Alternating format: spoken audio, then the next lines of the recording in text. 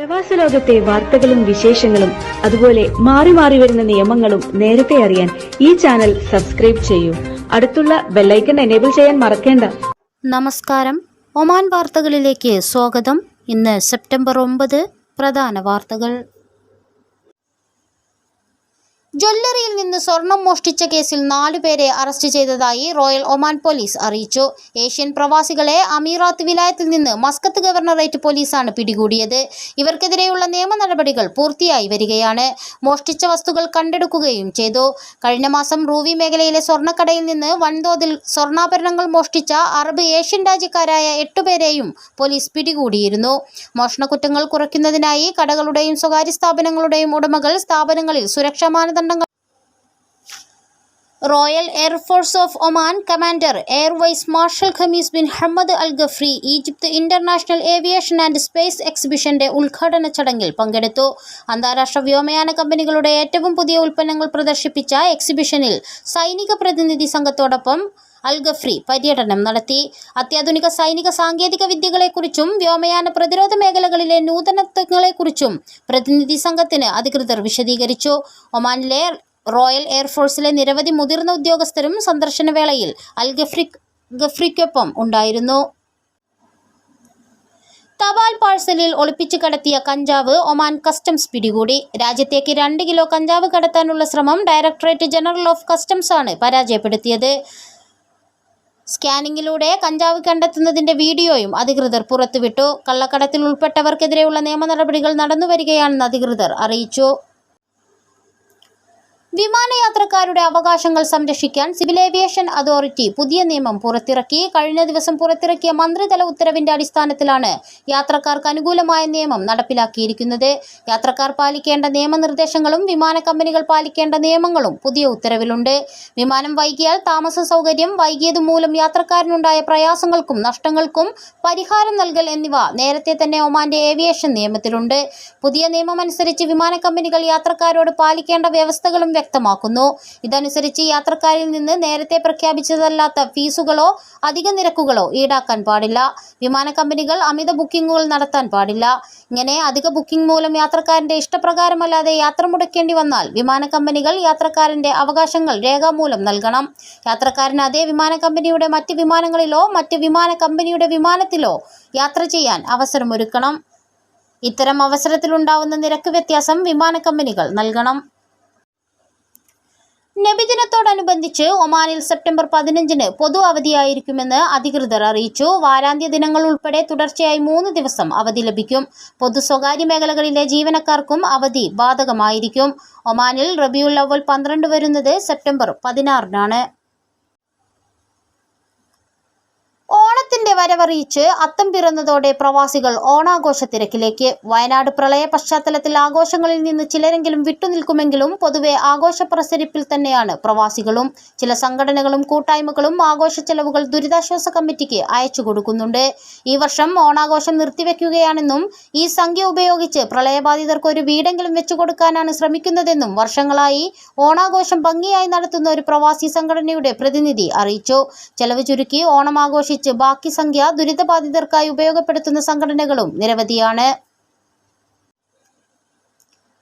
Qatar Emir Sheikh Tamim bin Hamad Al ദാനിയുടെ രേഖാമൂലമുള്ള സന്ദേശം സുൽത്താൻ ഹൈതം ബിൻ താരിഖിന് കൈമാറി. ഒമാനിലെ Qatar ambassador Sheikh Mubarak bin Fahad Al Thani Diwan of Royal Court മന്ത്രി Sayyid Khalid bin Hilal Al ബുസൈദിക്കാണ് സന്ദേശം കൈമാറിയത്. കൂടിക്കാഴ്ചയിൽ അംബാസഡർ സുൽത്താനും ഒമാനി ജനതയ്ക്കും ഷെയ്ഖ് തമീമിന്റെ ആശംസകൾ അറിയിച്ചു. ഷെയ്ഖ് തമീമിനും ഖത്തറിലെ ജനങ്ങൾക്കും സുൽത്താന്റെ ആശംസകൾ അറിയിക്കണമെന്ന് അംബാസഡറോട് സയ്യിദ് ഖാലിദും ആവശ്യപ്പെട്ടു. ഒമാനിലെത്തുന്ന സന്ദർശകരുടെ എണ്ണത്തിൽ വർധന. ഈ വർഷത്തിന്റെ ആദ്യ 7 മാസങ്ങളിൽ സുൽത്താനേറ്റിന് 2.3 ദശലക്ഷം സന്ദർശകരെയാണ് ലഭിച്ചത്. കഴിഞ്ഞ വർഷത്തെ ഇതേ കാലയളവുമായി താരതമ്യം ചെയ്യുമ്പോൾ 2.4% വർധനയാണ് ഉണ്ടായിരിക്കുന്നത്. ഏറ്റവും കൂടുതൽ ആളുകൾ എത്തിയത് UAEയിൽ നിന്നാണ്. 7 ലക്ഷത്തിലധികം ഇമാറാത്തികളാണ് ഇക്കാലയളവിൽ സുൽത്താനേറ്റ് സന്ദർശിച്ചത്. ഇന്ത്യക്കാർ 3 ലക്ഷത്തിലധികവും യമനികൾ 1,30,000-ലധികവും ജർമ്മൻ സ്വദേശികൾ 79,000-ലധികവും എന്നിങ്ങനെയാണ് ആദ്യ 5 സംസ്ഥാനങ്ങളിൽ വരുന്ന രാജ്യക്കാർ. ഇതേ കാലയളവിൽ ഏകദേശം 4.7 ദശലക്ഷം സന്ദർശകർ രാജ്യത്ത് നിന്ന് പുറത്തേക്ക് പോകുകയും ചെയ്തു. ഒമാനിലേക്ക് കൂടുതൽ ക്രൂസ് സഞ്ചാരികളെ ആകർഷിക്കാൻ 2 പുതിയ വിസകൾക്ക് തുടക്കം കുറിച്ച് അധികൃതർ. 10 ദിവസം 1 മാസം കാലാവധിയുള്ള വിസകളാണ് പുതുതായി അവതരിപ്പിച്ചിട്ടുള്ളത്. ഇതിൽ 10 ദിവസത്തേക്കുള്ളത് സൗജന്യ വിസയായിരിക്കും. വിദേശികളുടെ താമസ നിയമത്തിലെ എക്സിക്യൂട്ടീവ് റെഗുലേഷൻസിലെ ചില വ്യവസ്ഥകൾ ഭേദഗതി ചെയ്ത് police and customs inspector general lieutenant general Hassan bin Muhsin Al ഷറാക്കിയാണ് തീരുമാനം പുറപ്പെടുവിച്ചത്. നേരത്തെ ഉണ്ടായിരുന്ന ആർട്ടിക്കിൾ 10 ക്ലോസ് 3 ഭേദഗതി വരുത്തിയതായും ഉത്തരവിൽ പറയുന്നു. 10 ദിവസത്തെ സൗജന്യ വിസ ആഡംബര കപ്പലിലെ ജീവനക്കാർ, യാത്രികർ എന്നിവർക്കാണ് അനുവദിക്കുക. ഇതിന് ഏജന്റ് മുഖേന അപേക്ഷിക്കണം. വിസ അനുവദിച്ച തീയതി മുതൽ 30 ദിവസത്തിനുള്ളിൽ ഒമാനിൽ എത്തുകയും വേണമെന്നാണ് വ്യവസ്ഥ. ഒമാനിലെത്തിയ ശേഷം 10 ദിവസമാണ് വിസ കാലാവധി. ജീവനക്കാർക്കും യാത്രികർക്കും അപേക്ഷിച്ച് 30 ദിവസത്തെ വിസ നേടാനും സാധിക്കും. വിസ അനുവദിച്ച് 30 ദിവസത്തിനുള്ളിൽ സുൽത്താനേറ്റിൽ എത്തിച്ചേരേണ്ടതാണെന്നും വ്യവസ്ഥയിൽ പറയുന്നു. അന്താരാഷ്ട്ര സാക്ഷരതാ ദിനം ഒമാൻ വിവിധ പരിപാടികളോടെ ആചരിച്ചു. ബഹുഭാഷാ വിദ്യാഭ്യാസം പ്രോത്സാഹിപ്പിക്കുക, പരസ്പര ധാരണയ്ക്കും സമാധാനത്തിനും സാക്ഷരത എന്ന മുദ്രാവാക്യത്തിന് കീഴിലാണ് ഈ വർഷം സാക്ഷരതാ ദിനം ആഗോളതലത്തിൽ ആചരിച്ചത്. നിരക്ഷരത തുടച്ചു നീക്കുന്നതിനുള്ള പദ്ധതികളും സഹായ പരിപാടികളും വിദ്യാഭ്യാസ മന്ത്രാലയത്തിന് കീഴിൽ നടന്നുവരുന്നുണ്ട്. വായന, എഴുത്ത് എന്നിങ്ങനെയുള്ള എല്ലാ രൂപങ്ങളിലും നിരക്ഷരയ്ക്കെതിരെ പോരാടാനും അത് ഇല്ലാതാക്കാനും ഒമാൻ 1973-74 കാലം തൊട്ടേ പ്രവർത്തനങ്ങൾ തുടങ്ങിയിരുന്നു. സാധാരണ വിദ്യാഭ്യാസത്തിന്റെ കുടക്കീഴിൽ വരാത്ത സമൂഹത്തിലെ ചില വിഭാഗങ്ങൾക്കായി മന്ത്രാലയത്തിന് കീഴിലുള്ള പൊതുവിദ്യാഭ്യാസത്തിന്റെയും തുടർ വിദ്യാഭ്യാസത്തിന്റെയും ജനറൽ ഡയറക്ടറേറ്റ് വിദ്യാഭ്യാസ പരിപാടികൾ നടത്തുന്നുണ്ട്.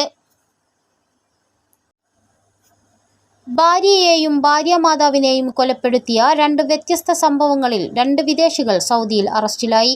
ഒരു സംഭവത്തിൽ റിയാദിൽ ഭാര്യയെ മർദ്ദിച്ച് കൊലപ്പെടുത്തിയ സുഡാനി പൗരനെയാണ് പോലീസ് പിടികൂടിയത്. റിയാദിൽ കുടുംബസമേതം താമസിച്ചിരുന്ന ഇയാൾ ഭാര്യയുമായി വാക്കുതർക്കമുണ്ടാവുകയും അത് കൊലപാതകത്തിൽ കലാശിക്കുകയുമായിരുന്നു. പ്രതിയെ പബ്ലിക് പ്രോസിക്യൂഷന് കൈമാറി. മക്കയിലുണ്ടായ 2ാമത്തെ സംഭവത്തിൽ ഭാര്യയെയും ഭാര്യാമാതാവിനെയും കൊലപ്പെടുത്തിയ ഈജിപ്ഷ്യൻ പൗരനെയാണ് പോലീസ് അറസ്റ്റ് ചെയ്തത്. ഇവർ തമ്മിലുള്ള അഭിപ്രായ വ്യത്യാസത്തെ തുടർന്ന് പ്രതി 2 പേരെയും ആയുധം ഉപയോഗിച്ച് കൊലപ്പെടുത്തുകയായിരുന്നു. പ്രതിയെ മക്ക പ്രവിശ്യ പോലീസ് കസ്റ്റഡിയിലെടുത്ത് പബ്ലിക് പ്രോസിക്യൂഷന് കൈമാറി. 10ാം വാർഷികം ആഘോഷിക്കുന്ന ഹരിത സംഗമം കലാ വാട്സപ്പ് ഗ്രൂപ്പ് സംഘടിപ്പിക്കുന്ന മദ്ഹ് ഗാന മത്സരം തിങ്കളാഴ്ച തുടങ്ങും. ഒമാനിലെയും മറ്റ് GCCയിലെയും 40ഓളം ഗായകരെ ഉൾപ്പെടുത്തിയാണ് മത്സരം നടത്തുന്നത്. മത്സരം 13-ന് അവസാനിക്കും. 1, 2, 3 സ്ഥാനത്തെത്തുന്ന വിജയികൾക്ക് ക്യാഷ് പ്രൈസ് നൽകുമെന്ന് അഡ്മിന്മാരായ റസാഖ് മുഖച്ചേരി, ഷമീർ കുഞ്ഞിപ്പള്ളി, മുഹമ്മദ് റഫീഖ് ഷമ്മ, ഹമീദ് വയനാട്, മിൻഹാജ് വെങ്ങളം എന്നിവർ അറിയിച്ചു. പ്രമുഖ ഗായിക സിത്താര നയിക്കുന്ന പ്രോജക്ട് മലബാറിക്കസ് ടീമിന്റെ സംഗീത വിരുന്ന് സെപ്റ്റംബർ 13-ന് സലാലയിൽ നടക്കും. സിത്താര ഇൻ സലാല എന്ന പേരിൽ അൽ മുറൂജ് ഇൻഡോർ സ്റ്റേഡിയത്തിൽ നടക്കുന്ന പരിപാടി 8:30-നാണ് ആരംഭിക്കുക. പ്രവേശനം പാസ് മൂലം നിയന്ത്രിച്ചിട്ടുണ്ട്. ഒളിമ്പിക് ഹാളിൽ നടന്ന വാർത്താ സമ്മേളനത്തിൽ Doodles branding general manager Jasfan, doctor Sanathanan, Rakesh Kumar, Jamshad Ali എന്നിവർ സംബന്ധിച്ചു. ഇതോടുകൂടി ഇന്നത്തെ വാർത്തകൾ ഇവിടെ പൂർണ്ണമാകുന്നു. കൂടുതൽ ഒമാൻ വാർത്തകളും വിശേഷങ്ങളുമായി നാളെ വീണ്ടും കാണാം. നമസ്കാരം.